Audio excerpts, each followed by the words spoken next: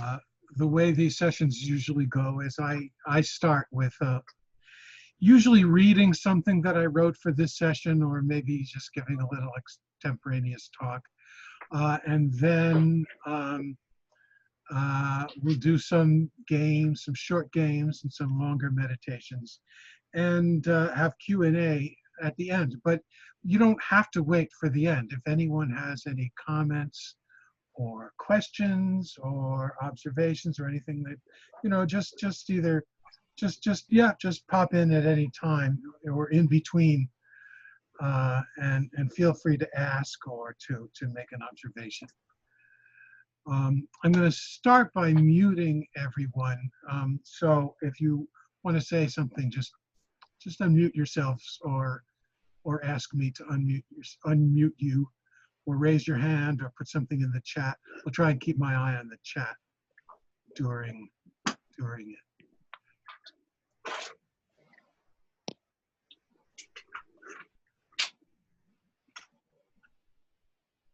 Go.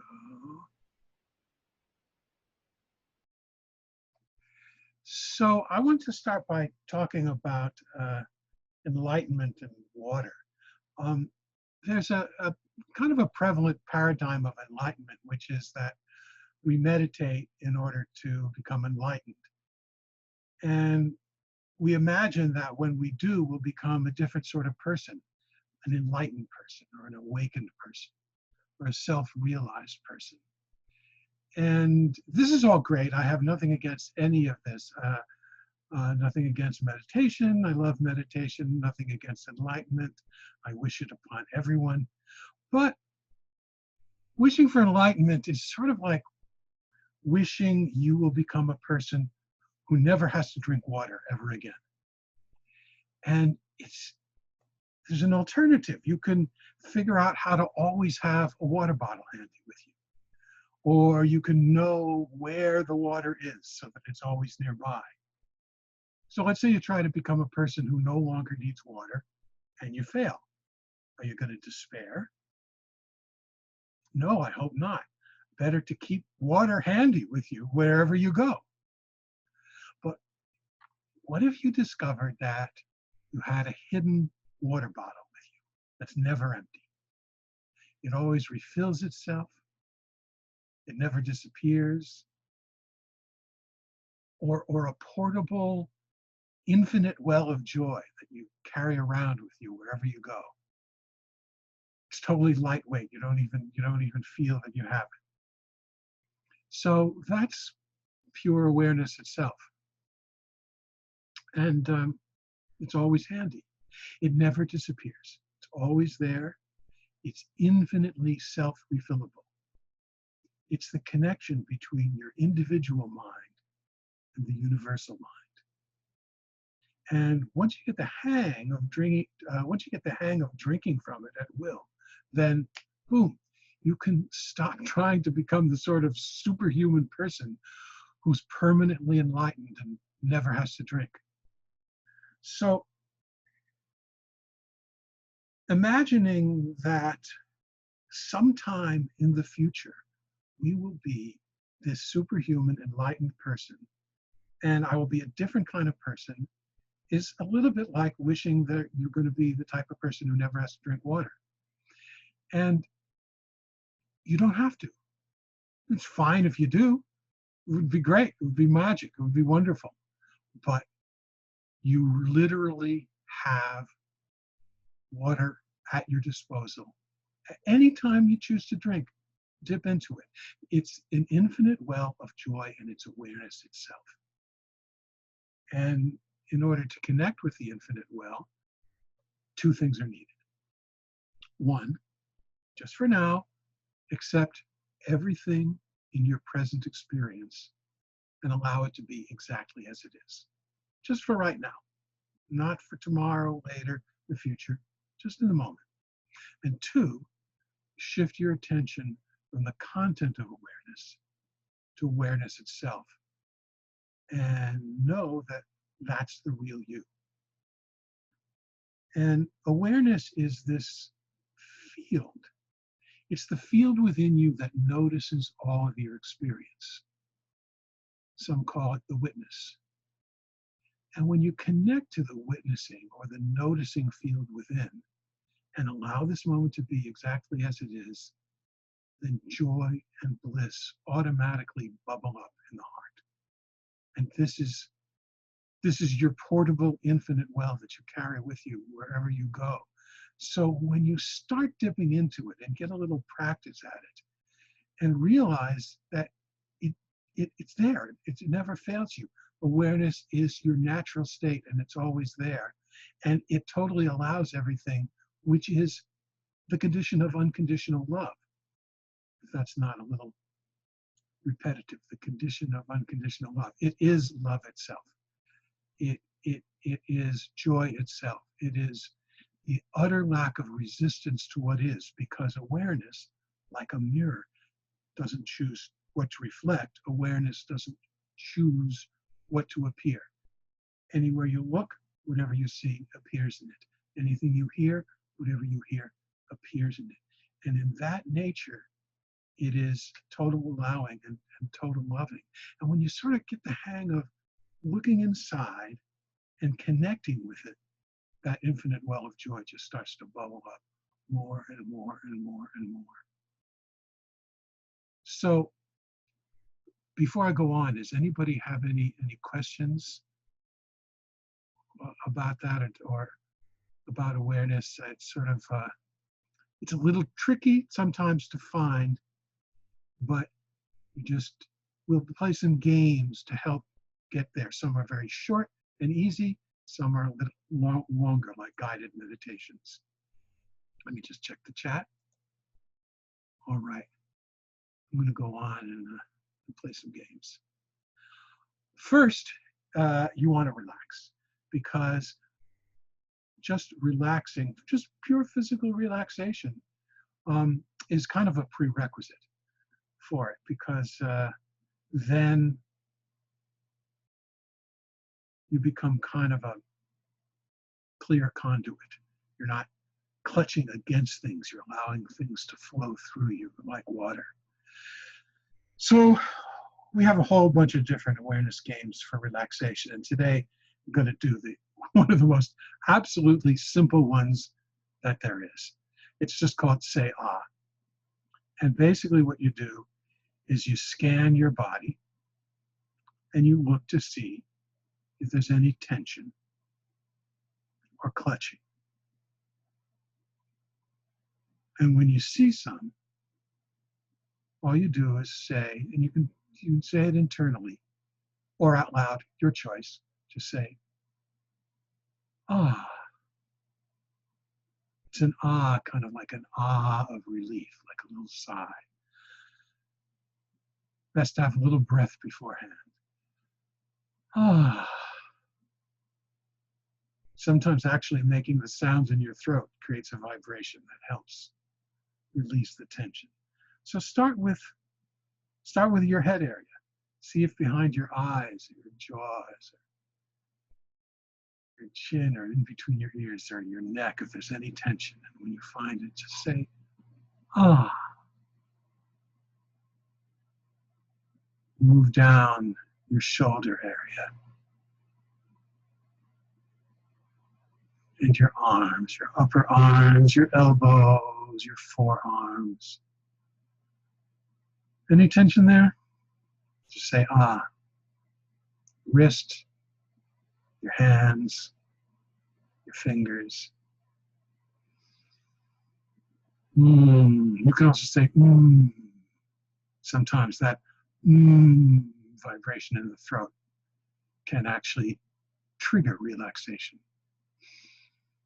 Back up your arms, check out your chest area, your shoulders, your chest, your upper back.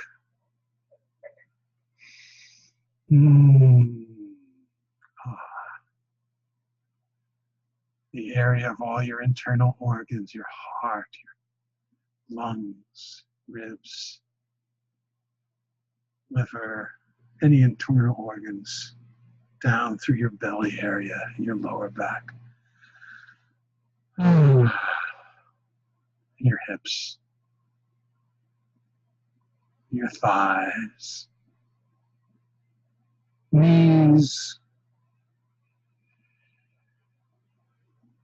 your calves, and your shins, and your ankles. Any tension there?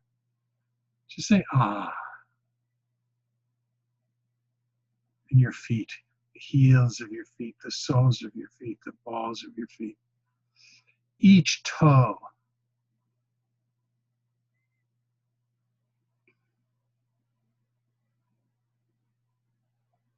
Now take just a minute or two on your own to scan your body and see if there's any spots that you missed where there's tension or clutching. Notice it and just say ah or hmm.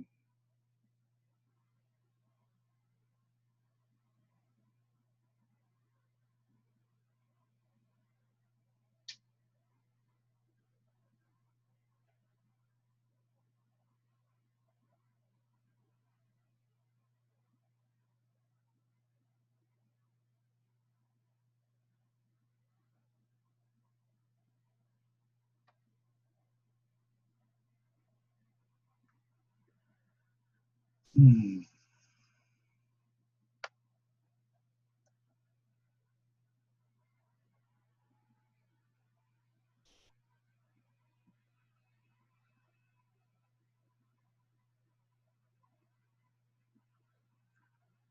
Sky asks sitting or laying down. I think you can do either. I like to do it lying down, except that sometimes I fall asleep. But then again, sometimes I fall asleep when I'm sitting up too. So, but I don't think either one is detrimental, as long as you can stay awake if you want to, and let everything go. Sometimes lying down is good. We used to, when I was a kid, a lot of these games, as many of you know, the influence started out because when I was a kid, my mother used to teach theater, and she had these things called theater games. And it always started with these relaxations where you would lie on your back on the floor, and you would tense one muscle at a time and then let go, and tense one muscle at a time and then let go. And she would walk around, and we'd be lying on the floor, and she'd pick up our arms and drop them to see if we were relaxed, our legs. And when you were really, really relaxed, pick up the arm and just go plop right back down again. And that was absolutely wonderful. Hi to all the new people who joined. We just finished a relaxation game. We're going to move on to some other games. So if you want to catch up, take a nice, easy, deep breath and relax. And speaking of theater games, they had these theater games where they were called the 5 W's of acting, and it was who, what, where, when, and why. And this is how you built a character and you built a situation. You asked yourself who the character was, what they wanted, why they wanted it, where they were, what time it was. Ocean says, I've done this type of body scan in Tibetan somatic meditations, but not with sound. The introduction of sound is a great addition to that practice. Oh, thank you. Thank you. Okay, you translated in the chat. That's great. So I'm going to skip over the why, because who knows why. The question in terms of meditative and awareness practices, why might lead us to sort of mental chatter. But I'm going to stick to the 4 W's of what, when, where, and who. Because it's tricky to jump straight into awareness for some people. With practice, you can get there just immediately. But it's not necessary. Sometimes it's easier to start with the content of awareness. In other words, your current experience, and then walk yourself back to awareness itself. And there's a lot of different ways to do this. But for now, we're going to play with 4 ways that use the 4 W questions. So you start with what? And you ask yourself, what is in awareness now? This is the easiest thing. Okay, I hear the sound. There's a sound of somebody's voice. I can hear an air conditioner humming. maybe birds outside, whatever sounds are happening right now. I have body sensations. I'm hot, or maybe I can feel a breeze. I can feel my body on the chair or my feet on the floor.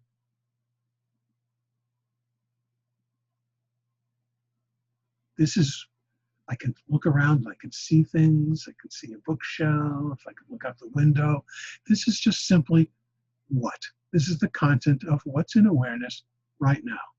You don't have to get rid of anything, you have to change it, it's just there. As you walk back, you can ask, when? Okay, when am I experiencing this?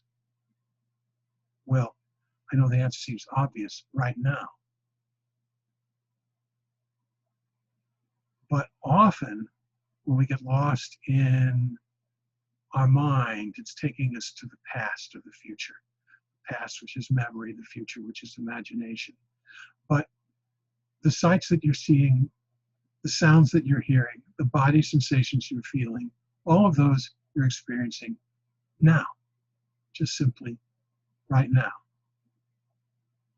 And you never have experienced any of those in any other time but now. And then you can ask yourself, where? Where does my experience take place? And this is when you start to turn around and look inside. So you're walking back from the content. You see stuff outside of you, you hear stuff outside of you. Well, where are you experiencing this? If I hear a sound, where is my experience of the sound? It's in me. We think of sights as we're seeing something outside, but it's light coming in through our eyes. We're experiencing that light inside. So the where of awareness is inside. All experience is experienced within. So we want to turn within. It's a little U-turn from looking at the content to looking within, at awareness itself. And the last one is who. Who is experiencing? Well, you could say, I am, and that's true. And then you ask a further question, who am I? Or I like to ask, what is me? What is this me that experiences? Is it my body? Maybe, but I'm aware of my body. I know I have a body. So who's the I that has a body? I'm aware of my thoughts. I have thoughts. Who's this I that has thoughts? Who experiences my experience? Who knows my experience? What is this I? And this is the real question, because the I, and it's not to come up with an answer, logical answer. It's something, you ask the question as a little spur to turn your attention within, to the background of experience. The I, it's the same I that's noticed your experience when you were 5 years old, or when you were a little kid, or when you were 20 or 30 or 50. It's the same I that never changes. It's the field in which all experience happens. That's you. That's awareness. That's your true nature. It's clear. It's open. It's choiceless. It's allowing. It's love itself and joy itself and happiness itself. And it's your true nature. And you don't have to get it because you're always aware. Have you ever not been aware?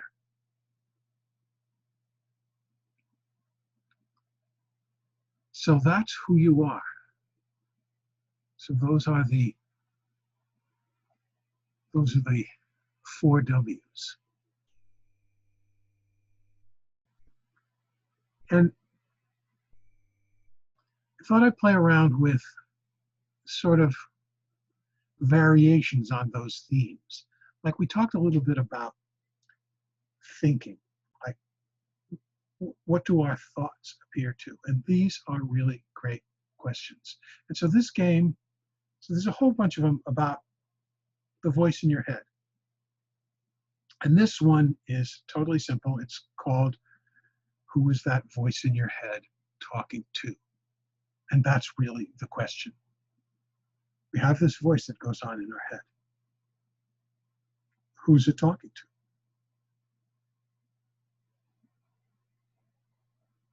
Who hears this voice? Who notices the talking?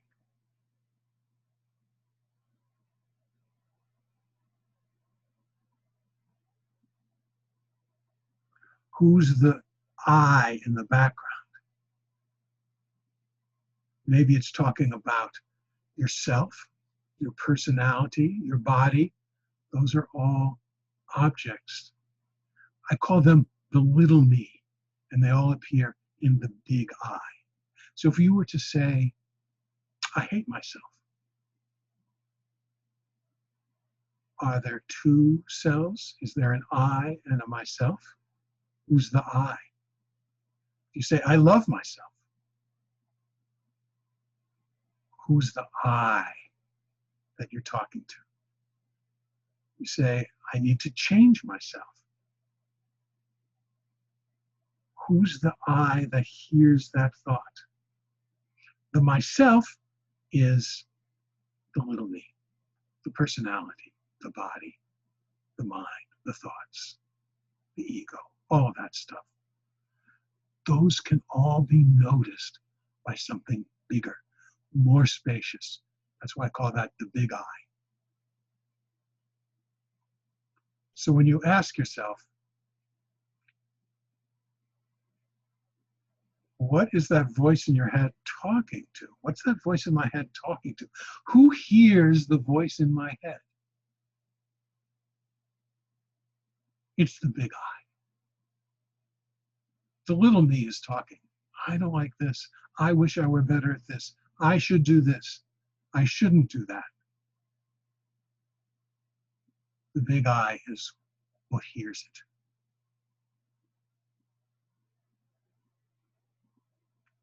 And thinking is totally cool. Practical thinking is fine if you need to figure out what to make for dinner, or if you need to catch a plane.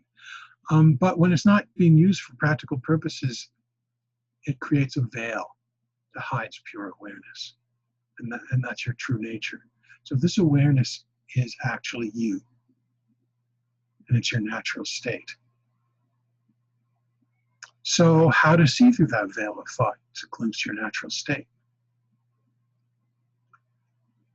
And I think there are some really amazing yogic adepts who can stop thinking.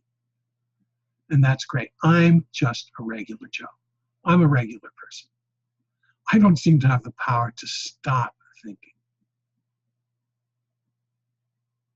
Maybe for a few moments in meditation it's happened. But the great discovery was that I didn't have to. This awareness, this beautiful, choiceless, loving, pure awareness is there even when I'm thinking. I just notice it. And oh, the mind going tick, tick, tick, tick, tick. But what's it appearing in? It's the background. It's like when you write on a whiteboard and you look at all the writing, look at all the little black marks, and then shift your attention to the white.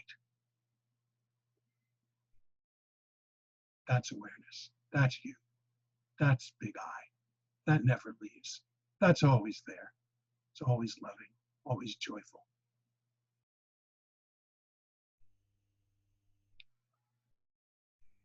And thought is a very interesting thing. And if you really just ask what it is, you can sort of take the focus of attention off the thought. Because the content of thought is not going to make you happy. As a matter of fact, it wants you to lead in the opposite direction because its goal, thinking's goal, is to figure out what needs to change and how to change it. And happiness is the total opposite of that. It's like, okay, what is now is fine. It's here, it's happening. But asking what thought is can help put you outside of thought, because that's where the real goodies are. So you ask yourself, well, what is thought? Just get curious, like a scientist. What is thought? Where does it come from?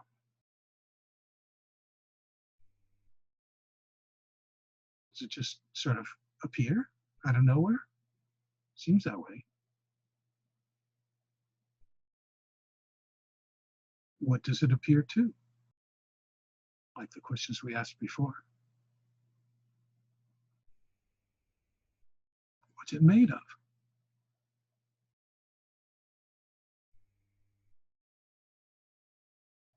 Does it happen by itself?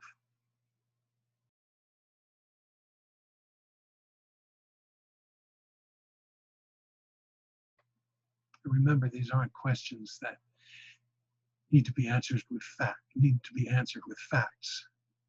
They're questions that are just simply designed to help shift your focus back to something larger, to that, from the concepts to the space that the concepts appear in.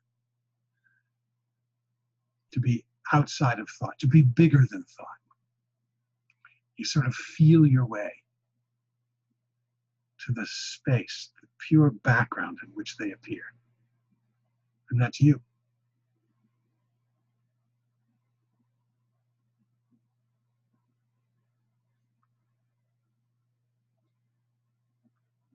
And for some people, the reason that there's a whole lot of games is because sometimes they work for some people and sometimes different ones work for other people. And even for one person, different days, some games work and some better than others on different days or different hours or different minutes.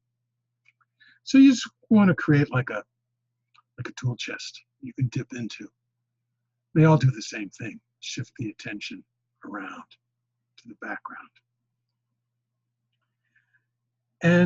But sometimes awareness, sometimes people don't get awareness right away. And so if being aware of awareness doesn't work for you one day, just play around with the idea of noticing or experiencing. So you ask, what am I noticing? Who or what is doing the noticing?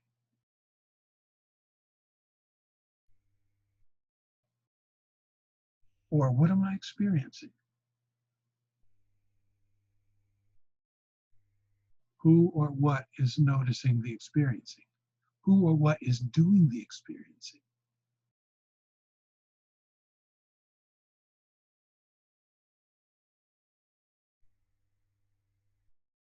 A real short game that you can play all day long whenever it pops into your head to do it is just whenever you remember to just ask, who's noticing this? Who's noticing that? Who's noticing this?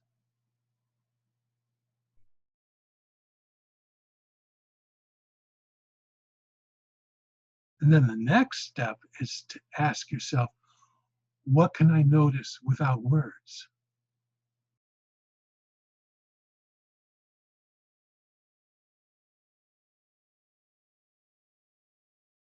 Or without labels? You can look around or you can feel your body sensations and see if you can notice it without language, without putting words to it.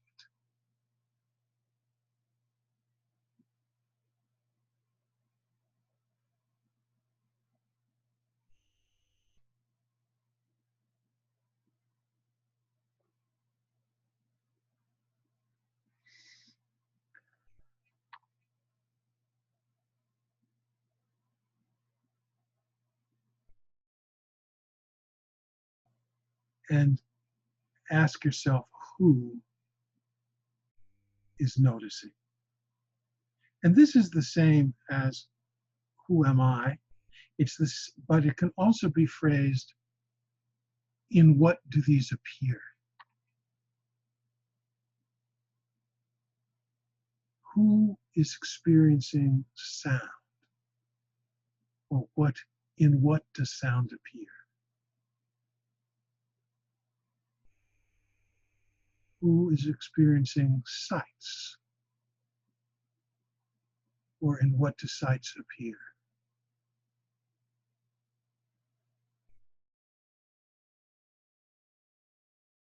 Who is experiencing body sensations? Thoughts? Or in what do they appear? And who is experiencing my sense of self? And this you can play as an infinite regression, and it's fun. I think it is. Okay, who's experiencing my sense of self? And then you get a sense of what that sense of yourself is appearing in or appearing to. And then you say, okay, who is noticing or experiencing that? Ah, and maybe you come up with a word or a label. So you say, ah, and who's noticing that? And you keep going back and back and back.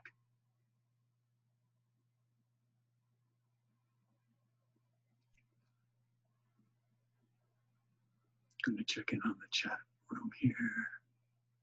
Okay, any questions, comments? Okay, feel free. So returning to the where of the four W's. So there's this famous video on YouTube of the great Indian sage Punja, who's also known as Papaji. And in this video, which ends up in just laughter, it's just gorgeous, just pure unadulterated laughter. So in it, one of his students said, I want to see me. I want to experience the true me. And Papaji said, where is this me? Can you travel on some means of conveyance to this me? Can you take a train to me? Can you take a car to me? Can you take a plane to yourself? How far away are you from yourself?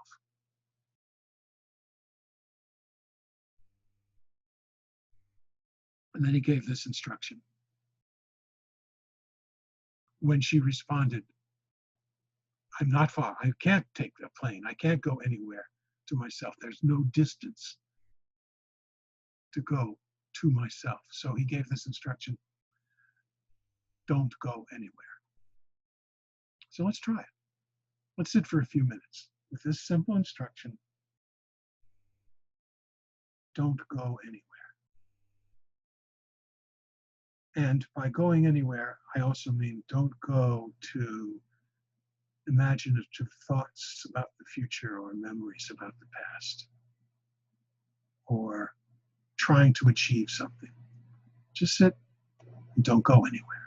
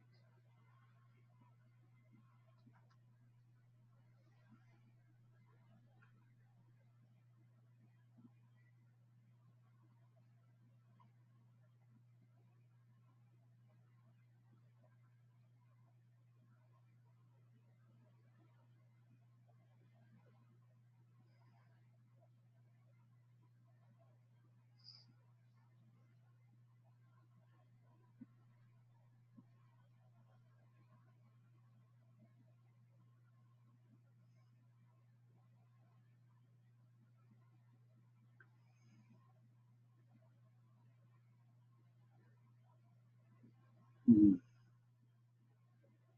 And speaking of Papaji, it was actually watching a video of one of Papaji's students talking about him where I first got the first glimpse of this sort of infinite joy. She said that Papaji said, "What if you had no intention?" And I just started to laugh. First of all, it was just utterly absurd because isn't deciding to have no intention an intention? So that was the first thing that was funny. But beyond that, something snapped, something relaxed, something when I just sat and had no intention.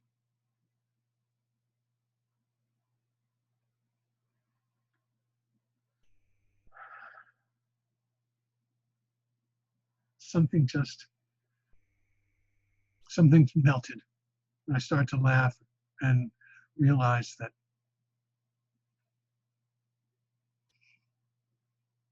it's all the attending and doing and trying, efforting that was sort of getting in the way of this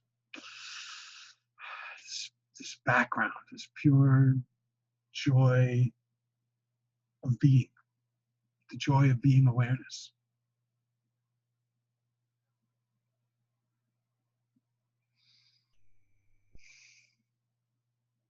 Sky writes, the eye is noticing. I don't know what eye, but eyes, a watcher, not physical eyes. Yeah, yeah, right. Something. And it's not a thing. That's the hilarious and crazy part. Because anything that's a thing is an object that can be seen by awareness. So it can't be that awareness. So it's not a physical thing, but there is something, some no thing. You can't see it. You can only be it.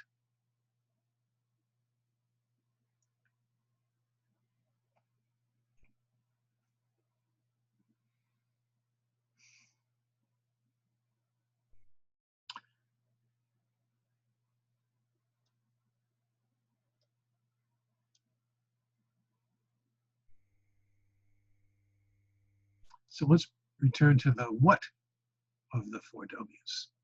There's a game called What Is This Happening In? And this is a game with a bunch of variations.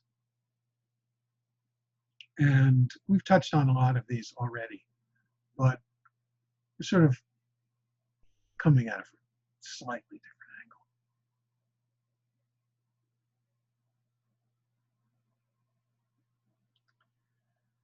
You're asking, what is this happening in? And imagining a kind of a blank field. For example, sound. What is this happening in? Imagine sounds happening in a field of silence.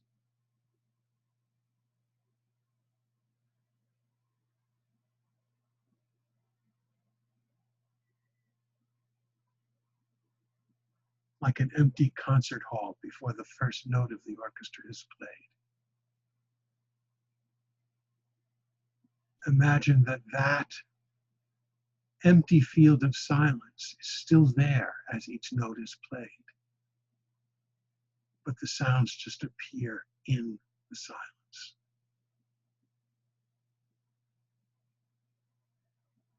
Or you could do the same with sights and images.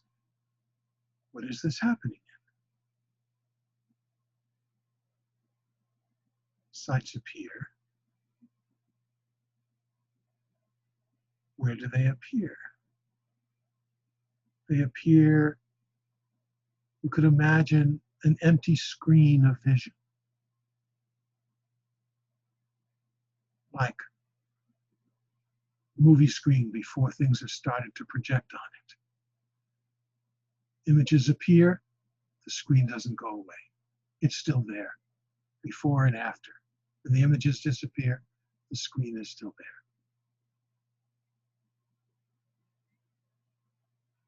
Thoughts and emotions, you could ask, what are they happening in? Well, you could imagine an empty mind. Thoughts come, they appear, they go. Emotions come, they appear, they go. It's a field. It's the same field as sights and sounds appeared in.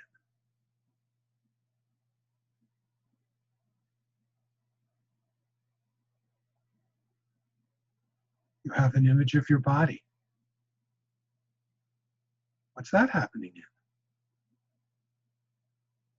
Imagine that it's happening in spaciousness, in a kind of larger space. So my body is, I have a sense of my body, and that's appearing in space, in a larger space than my body.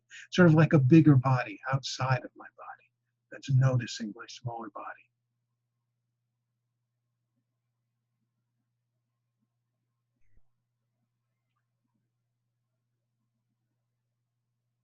What about my sense of self? And what does that appear?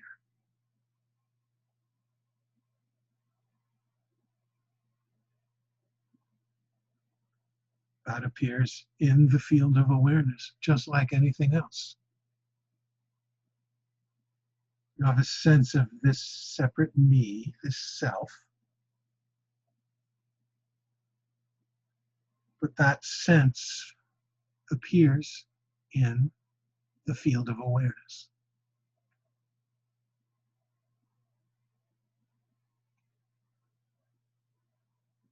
And time. What does time appear in? It's the same idea. Imagine an endless now. Time appears in now, flows through. But now is always now, never changes, it doesn't go away. All of these are metaphors for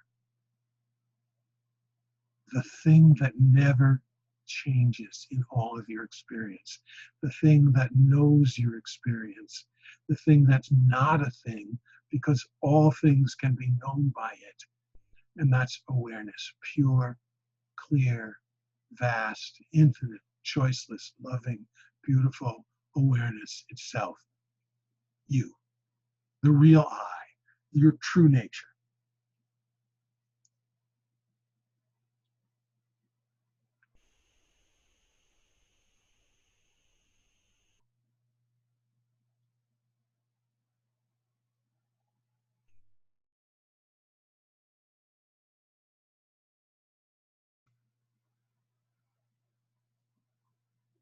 See if anyone has any chats, questions.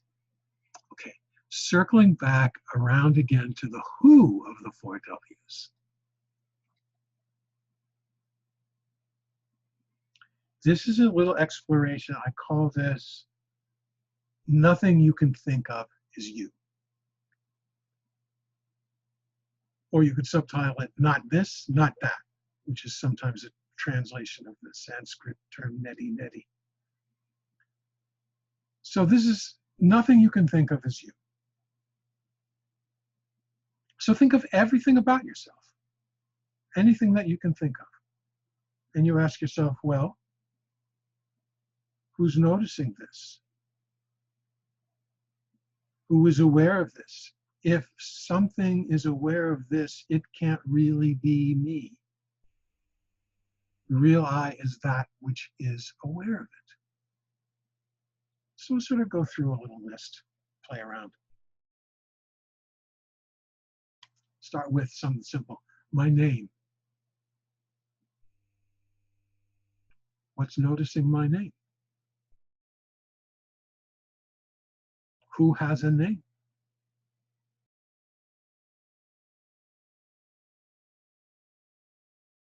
My body.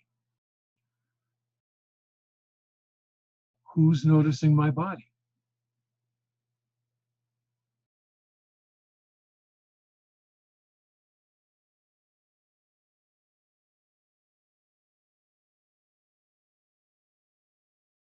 My thoughts.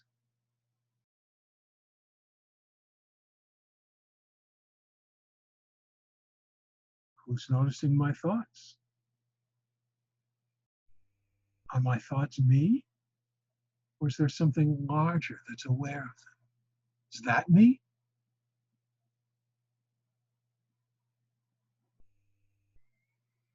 How about my personality? Well, who's aware of the personality? Is the personality me? Or is there something larger that's aware of my personality? Is that me?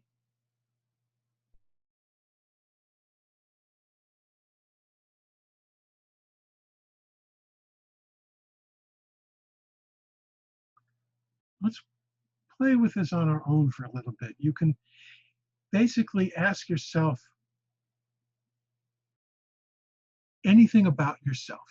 It could be your face, your emotions, your job, your profession, your brain, your thoughts, your age, your gender, your non-gender, your talents, your abilities, your flaws, your expertise, your knowledge, your family, your hair, and ask, well, is there something that's aware of that? Could that be me? No, because nothing I can think of can be me. So let's play with that on our own for a few minutes.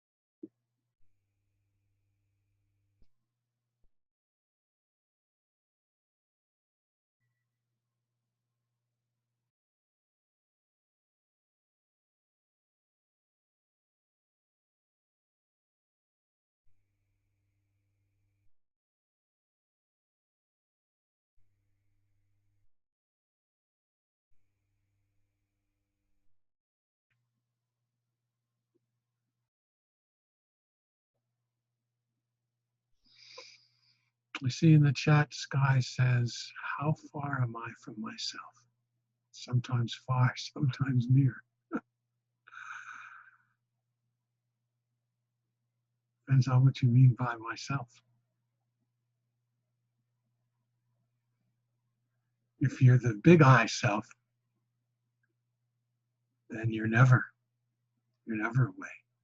If you're talking about the little self, little me, then yeah.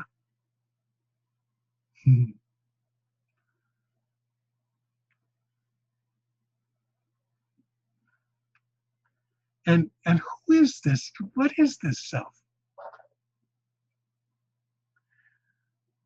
And here's something that I believe, but you don't have to believe it. And one of the major premises of awareness games is that you don't have to believe anything.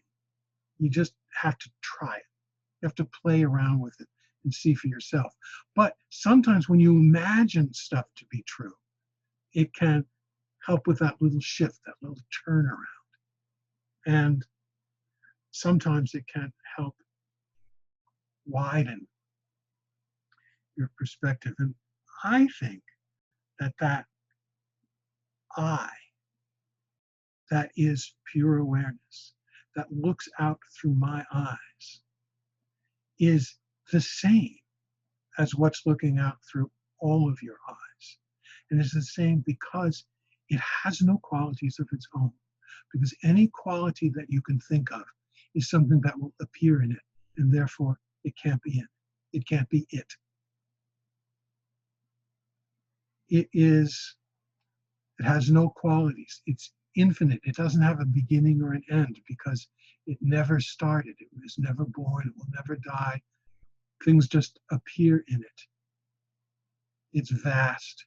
It's infinite. It's timeless. It's open. It's clear. It doesn't have. It's not really a thing, and therefore it's identical in each of us. Something that has no qualities of its own can't be differentiated one from the other. And you don't have to believe that to be true, but just imagine it. And even better, imagine that not only is it the same in each of us, awareness looking out through my eyes is the same as the awareness looking out through your eyes. What if you go a step further and you say the awareness looking out through my eyes is the awareness looking out through your eyes? It's one vast, huge universe of awareness, a million-eyed mind, or billion or trillion, looking out through all the individual eyes, looking at itself through all the individual eyes. Like there's a great metaphor called Indra's net, which is a net of jewels that are connected to each other, and each jewel reflects every other jewel in the entire net, and therefore it contains the whole net. So that I that notices my experience not only is the I that is your true self and your true nature, but it's the I that is everybody, that is the universe, that is all of us, that is everything, that is the one energy that's just arising and falling and taking on different temporary forms. And you don't have to believe it. You just have to say, well, what if it were true? What if there was only one energy? What if there was only one thing going on in the world? Just energy, rising and falling in temporary forms, and that was me. What would that mean? That mean to what I looked at, to what I experienced, to other people, how I interact.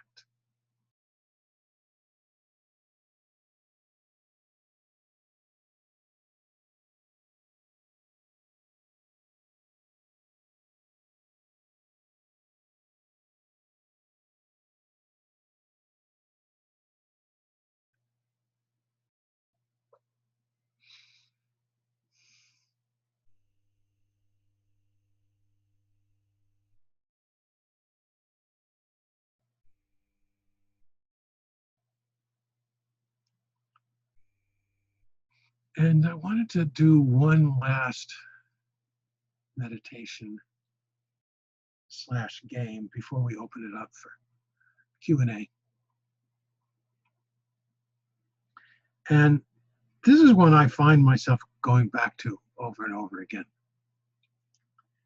And I call it the circle of this. And first, let me define this. This is what's happening now. everything I'm feeling, everything I'm sensing, anything I'm perceiving, any body sensations I have, anything that's happening now. Sometimes I call it now, here, this, meaning now, period, here, period, this, period. So what is not this?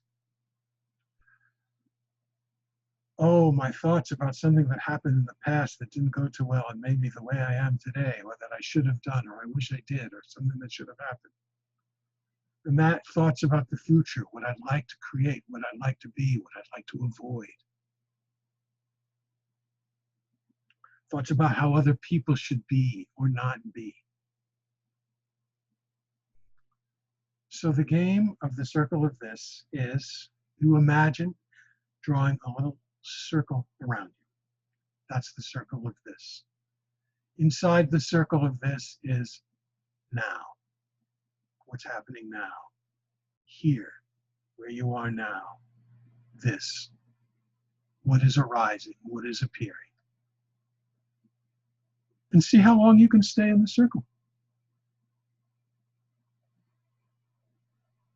And if you find yourself leaving it, don't sweat it. Just gently come back to the circle. Because you will. And you expect it. And the success is when you catch that you've done it. Even if you've gone off for 5 minutes, when you catch it and you come back into this. You just stay there. Okay, let's see how long we can stay in the circle of this.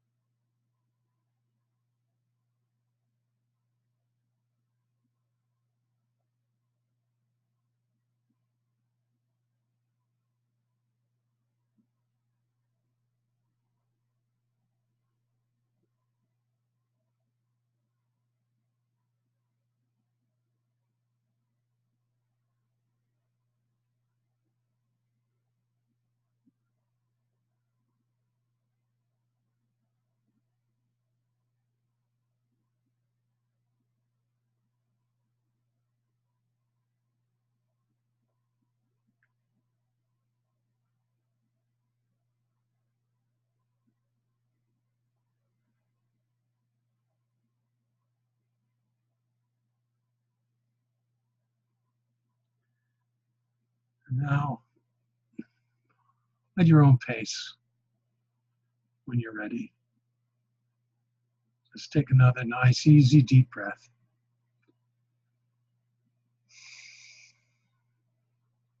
Open your eyes, if they want to open.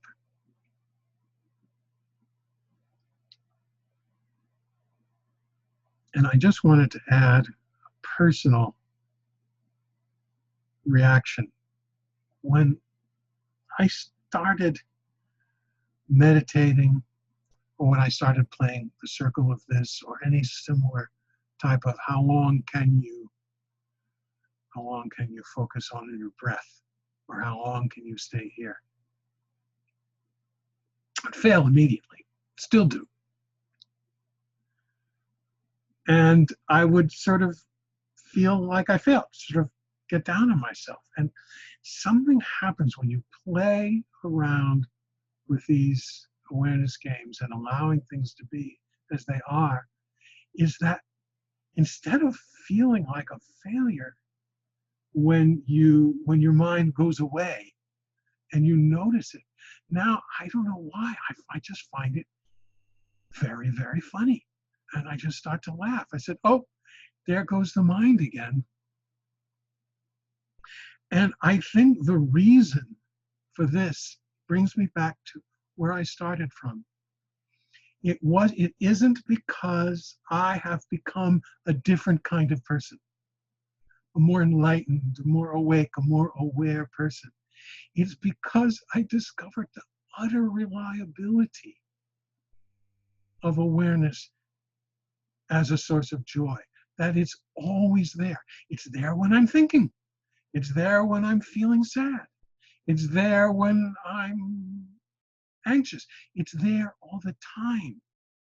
And so I don't have to, so yeah, I can play around with trying to be present, but then when I'm not present and I notice that I'm not present, it's funny because I notice that even when I don't feel present, awareness is there. It can't go away. It's impossible. It's who you are. You can't not be aware. You can't not be who you are. So now that kind of makes me laugh.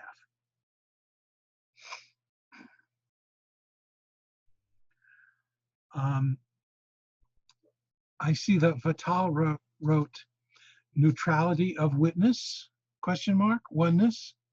When I lose the grip of awareness, feel helpless and sad, affected by emotions and temporariness. Yeah, and if, Vatsal, sorry, I think I mispronounced your name. Feel free to unmute yourself and talk, or else I can just respond to what you said. Either way.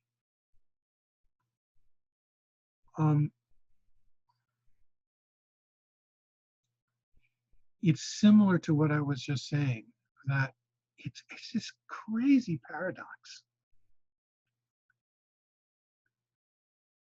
When you have the idea that you shouldn't be sad, when things are temporary, when they're fleeting, when emotions come, when you feel helpless, when you have the idea that you shouldn't feel this way, then that creates this little, one of the veils. It's sort of like an energy that creates like this lace that is in between you and the awareness that you are. But it's lace. You can always see through the holes in the lace. You can always peek through it. You can always notice that even when you're sad, awareness is there. And it's okay with you being sad. Even when you're affected by emotions and temporariness and feel helpless, it's there. And it's okay with you feeling those emotions and feeling helpless. And it's this amazing paradox. I talk about awareness as something that is an infinite well of joy, and it is. But paradoxically, it doesn't mean you have to always be smiling and chipper and cheerful. It's there when you're sad. And you can discover with practice that you can be happy even when you're sad. And the reason is because the part of you that's sad is the little me that has an idea of how life should be. And the part of you that's happy is the big I that's always there, that's always been there, and is totally okay. And so you don't even have to try to allow everything to be as it is. All you have to do is turn your attention to that awareness that's already allowing, it's already okay. And let yourself be sad and feel those emotions, because when you don't clutch against them, when you don't tighten, when you don't have an idea they shouldn't be there, they come, they move around, they go. They don't come and spin around forever in this endless little whirlpool because you're tensing. When you relax and you allow them, they come, they go. Sky writes, how far away am I from myself? I already read that one. Sky, do you have, I was wondering if you might talk a little more about what you mean by that you feel sometimes far and sometimes near from yourself. Are you interested in Um, going into that a uh, little more? I mean, yes, I can share. Um, and like when you asked that question, um, I said, yes, I asked myself that question that you did ask, how far away from myself. I think you asked it that way, and I just answered myself, sometimes far, sometimes near. When I'm with people, I feel very far away from myself. When I'm with people, like as if people take me away from myself, Mm-hmm. whatever that means. Yeah, And but when I'm like alone and I'm not very busy, especially at night, I feel like very near to myself. yeah, Like nobody can take me away from myself. yeah, yeah. That's beautiful. So one of the things, it's sort of like when we go on a retreat, and we're on a retreat and everything's lovely and beautiful, and we just sit there in the joy and peace of awareness for the whole retreat. And then we leave the retreat and we face the world of other people, and bang, it feels like it's gone. And in some ways, it's similar to when you're home by yourself, you feel close to yourself. And then when you go out into the world with other people, you feel farther away. And I think the, the way to go is to think of it as something incrementally that you practice and get good at. So when you're alone by yourself, or for some people, when they're in retreat with other people, all meditating together, for example, then it's easier. So you practice when it's easy. And then you practice when it's just slightly harder. Like, okay, maybe I'm not by myself. Maybe I'm just going to be with my best friend, or someone I really trust, or maybe just thinking about them and not being with them if that's too hard. You keep chunking it down into a little, easier. Like, okay, if I close my eyes and know myself as awareness, fine, easier. Now, what if I open my eyes? A little harder, because visual draws your attention away. So what if I can look at an object and say, what does this bottle appear in? You practice that. Then you look a little farther outside. Or maybe you're reading. Can I be aware while I'm reading? Reading is tricky because it brings your mind into all the places of the book. But you actually can try it. You can practice. And so little by little, and as a matter of fact, it happened to me once. I think I talked about it on another meetup when I was in an office and I tried this out, and I was called into a meeting with an executive at the company I worked for who had a reputation for being extremely mean. And I was totally scared. And I got all of a sudden called into this meeting, and because I was working in software, and some of the software wasn't working. And so I said to myself before I walked into the meeting, I said, okay, I'm going to walk in this meeting and I'm just going to focus on who is noticing what's happening. What is the awareness in which this is appearing in? And I walked into the office and she said, Brian, this is not working. Why? And I said, oh, I'm so sorry, it's not working. We actually know about it and we tested it and it's a bug. And it's going to take, I think, a week to fix, and then we're going to deploy it the week after. And it should be working. So we know about it, we're working on it, and in 2 weeks we should have a fix. And instead of being mean, she said, oh, okay, thank you. And bye. And I walked out of the room. And I honestly don't know. I mean, maybe it would have happened anyway. But I think because I wasn't, I just tried to stay with awareness during the conversation and then let whatever happened, whatever popped out of my mouth happen. I don't know if that's helpful at all, but I like that story, so I always enjoy telling it.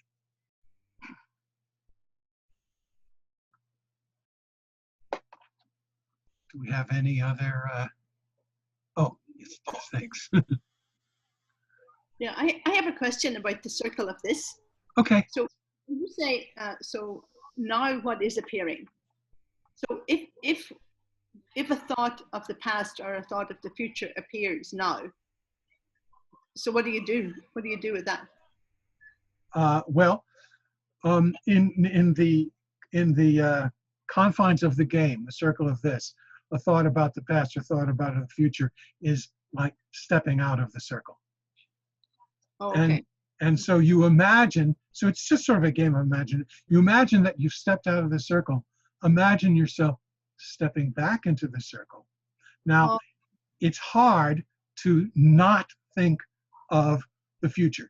If I tell you, don't think of a pink elephant, you're not going to be able to. So instead of deciding what not to think of, you replace it with what to think of. And what to think of is what's happening now. My body sensations. Ah, I can feel my butt on the chair. I can feel a breeze on my skin.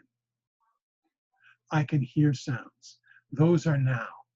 Those are here. So you focus on what's happening now. Oh, perfect. Thank you. Yeah.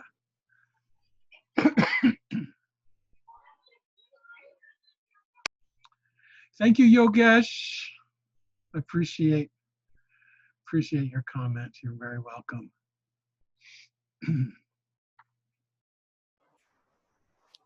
I've been dancing around a lot, not only in the circle of now or this, but also in the whole program with my resistance.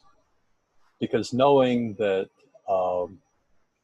there's some sense of the diminishing of the small self and going to this home of the greater self is a little spooky. And I work as a death doula, and I sit with people. You work, sorry, as a what? Death doula. I sit in companionship with people in their last moments. And I sense a lot of times that people that are having a hard time in that transition are having this sense that, you know, they've gone through a process in which the body's diminishing, faculties are diminishing. And there's kind of a sense of not really wanting to release into this greater self. And I sort of have, we sort of have a, you know, like in Tibetan Buddhism, there's a lot of focus on conscious dying in order to have conscious living. So anyway, just was playing around with this sense of connecting with our mortality And at the same time, I've had experiences, spirits come to me. And people that, some are people that I've known and who have died. And there is still some sort of like holographic presence for people that have passed that seems to remain.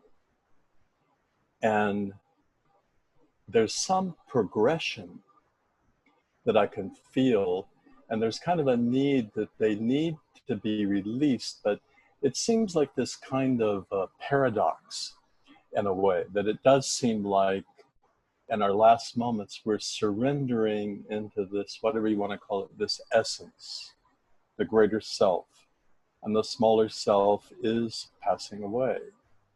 But something remains. I don't know if it's just connected in the hearts of others, but I've even had spirits connect me that I have no connection with, but they're seeking to be released. And then just finally, I notice that the tricky thing with my mind is, but again, going back to this same theme, is that where I wander away from the this or the now, as I start reflecting on my experience. And then my mind is trying to convince me, you're not out of the now because we're reflecting on the now. And I'm like, wait a minute. Uh-huh. Oh, the mind is so tricky, isn't it? Yes. It will seduce you. It will use all these tricky little things and say, Yeah. oh, come back that. But yeah. It does that. And yeah, it's okay that it does that. Because that's its nature to do that. And when it becomes such second nature to pop in and be the background, then it's less and less not okay when the mind does that. In other words, I see through you.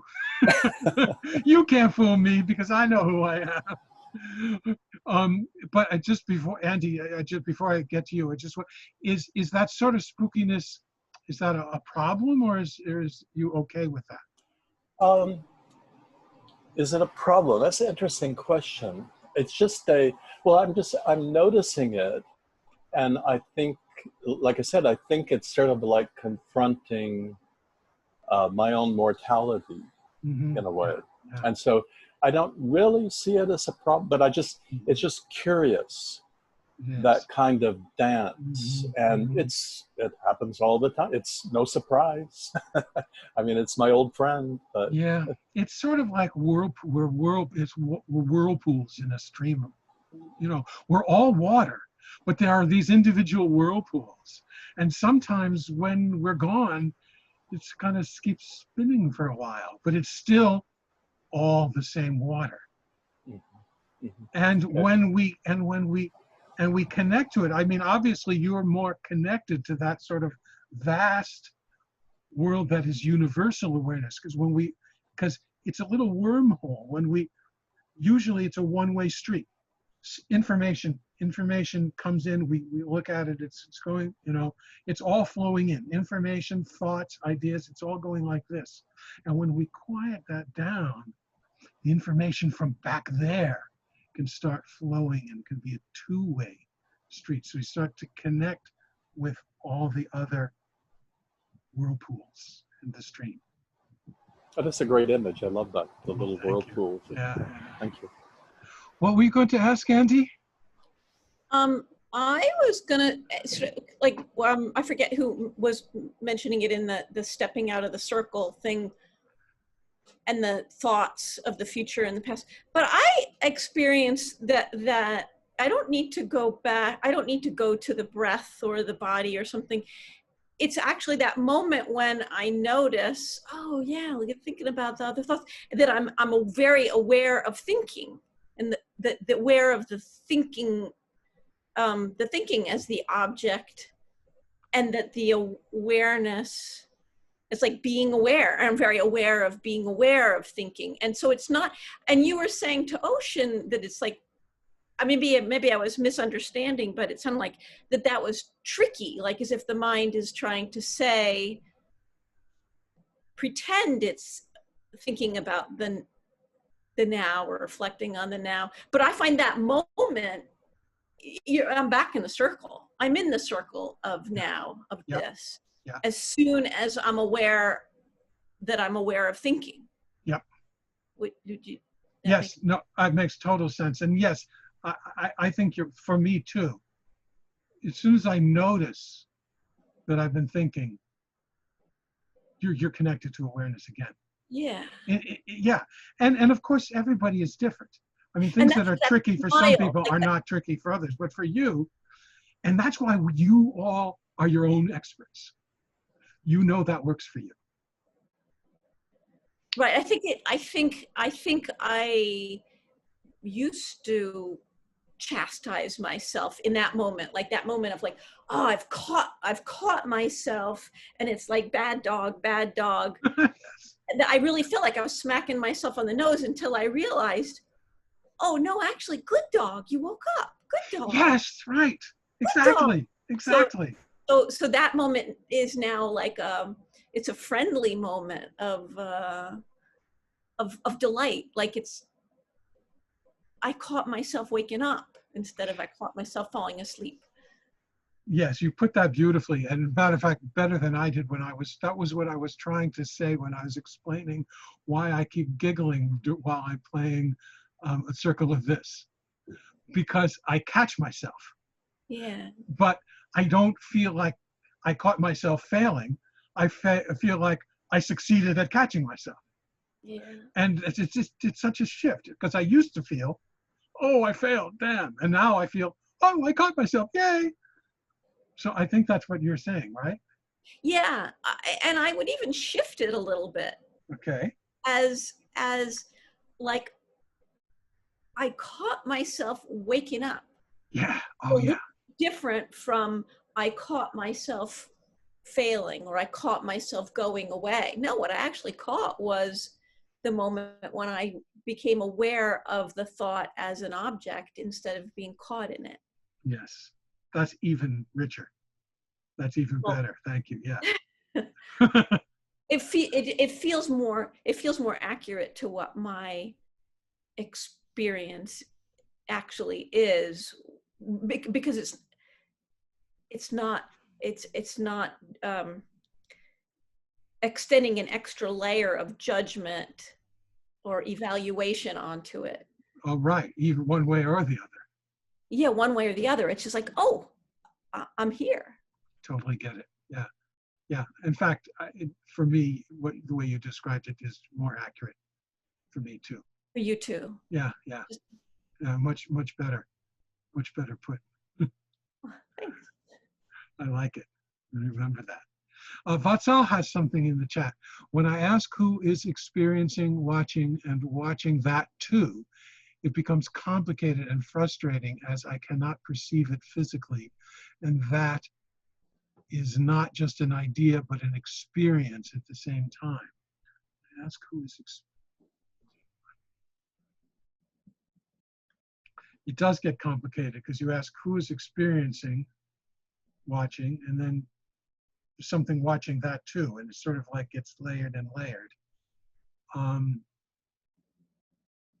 And it does get frustrating because you can't perceive it physically. So we look inside for that which is watching, and we see, okay, there must be something watching that, and what is it? We can't find it, because it's not a thing, because it's anything that is a thing can be known by it. So I can understand why it would be frustrating. And then he goes on to say, and that is not just an idea, but an experience at the same time. You mean it's not just an idea that is frustrating? I'm not sure which idea you're talking about, but it is an experience. It's not, this is all about experiencing directly and not conceptualizing about it. And if I'm understanding you right, we're so used to when we look for something, we're so used to hoping to find something when we look. We're looking around for an object, we see it. Ah, I found it. There it is. There's my mouse. Okay. When we look around for the eye that's knowing something, we want to find it. There it is. There's I. Ah, there it is. There's awareness. Okay, got it. I see it. But you can't. You can't see it because it's not a thing to be seen. Anything that you can name, anything that you can see is an object. It's an object in awareness.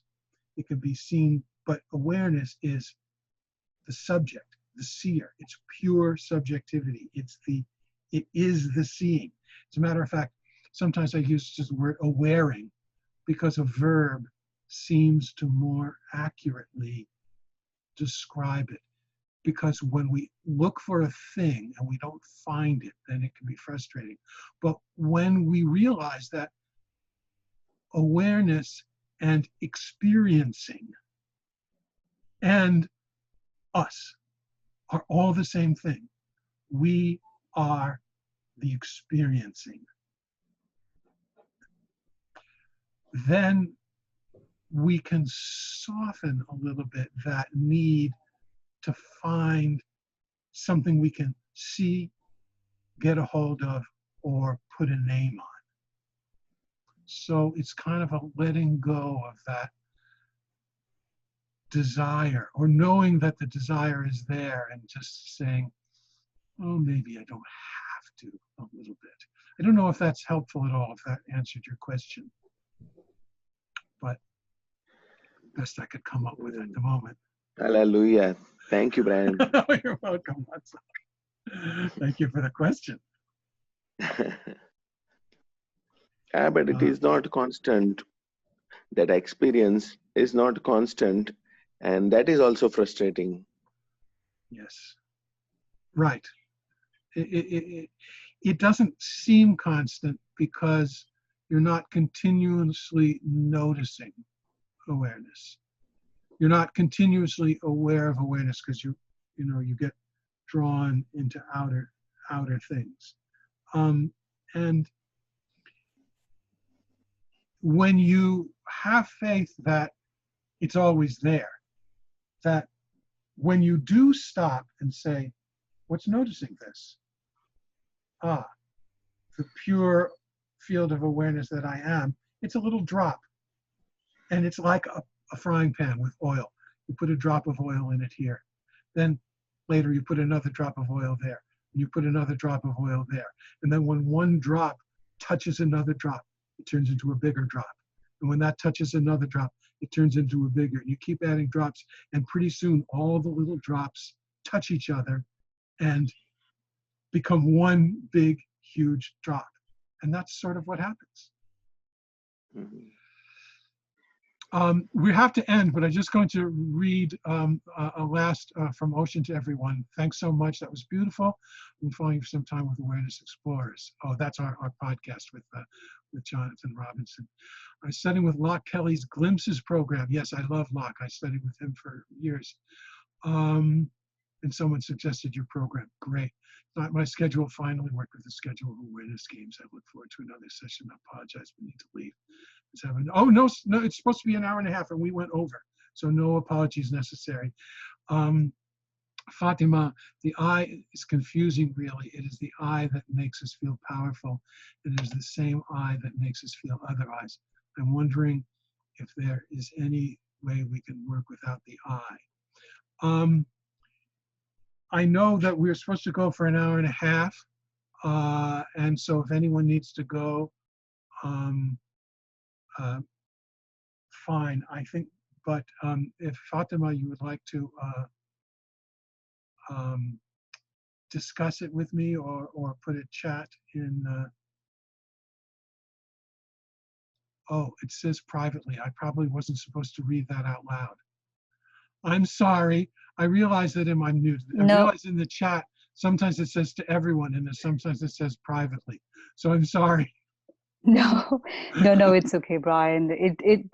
I didn't realize that I was sending it privately, so it's all right. Seriously. Okay, all right, great. Yeah, but it's a question that I'm actually wondering, because I think it is the I which we identify with so strongly. It is the same I that makes us feel so powerful, makes us feel so good about ourselves. You know, we kind of do get identified with that feeling. It could be Mhm. it could be something that lifts us, and at the same time it is also the same I that kind of makes us feel, otherwise. It can just pull us down into the spiral. And so I was just wondering, because this is just a question that emerged today, if we can, because we did an exercise of I, so I was wondering if we can make it easier. I don't know if that's the question. If we can work around without the I don't know. That's just something that came up. So I'll just put it forward to everybody. Um, well, when you talk about I, the tricky part is which I are you talking about? And when you, and so that's why I sort of make the distinction between the big I and the little me.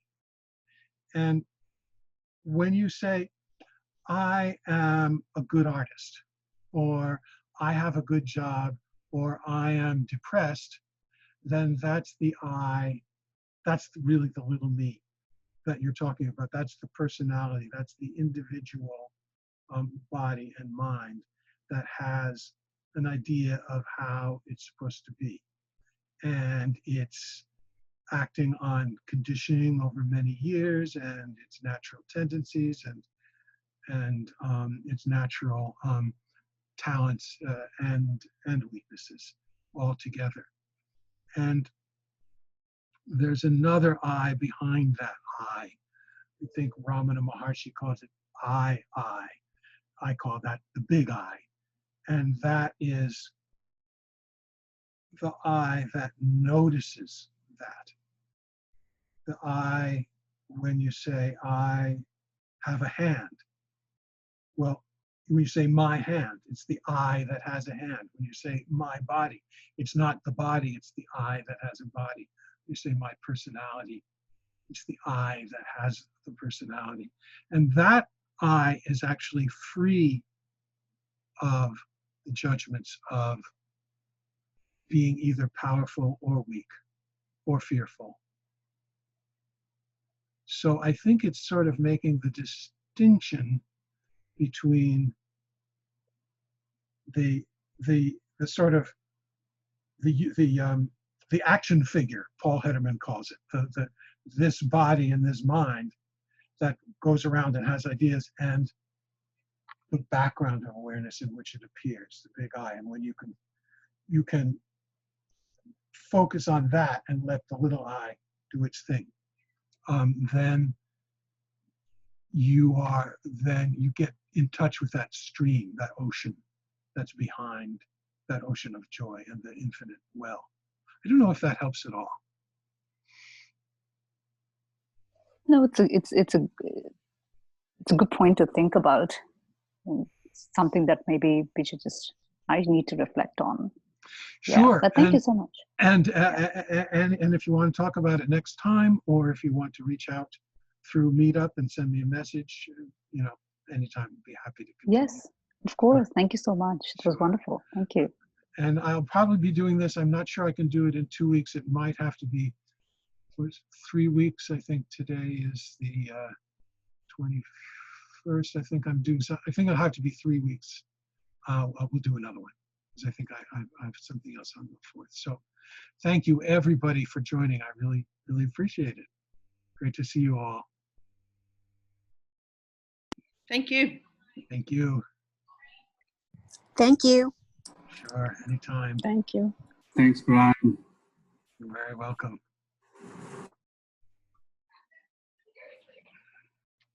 Thank you, Brian. Yeah, you're welcome.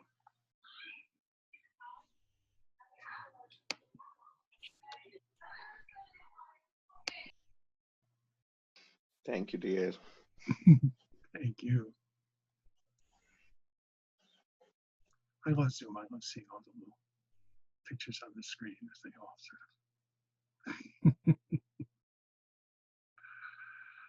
sort of. Okay, bye everybody.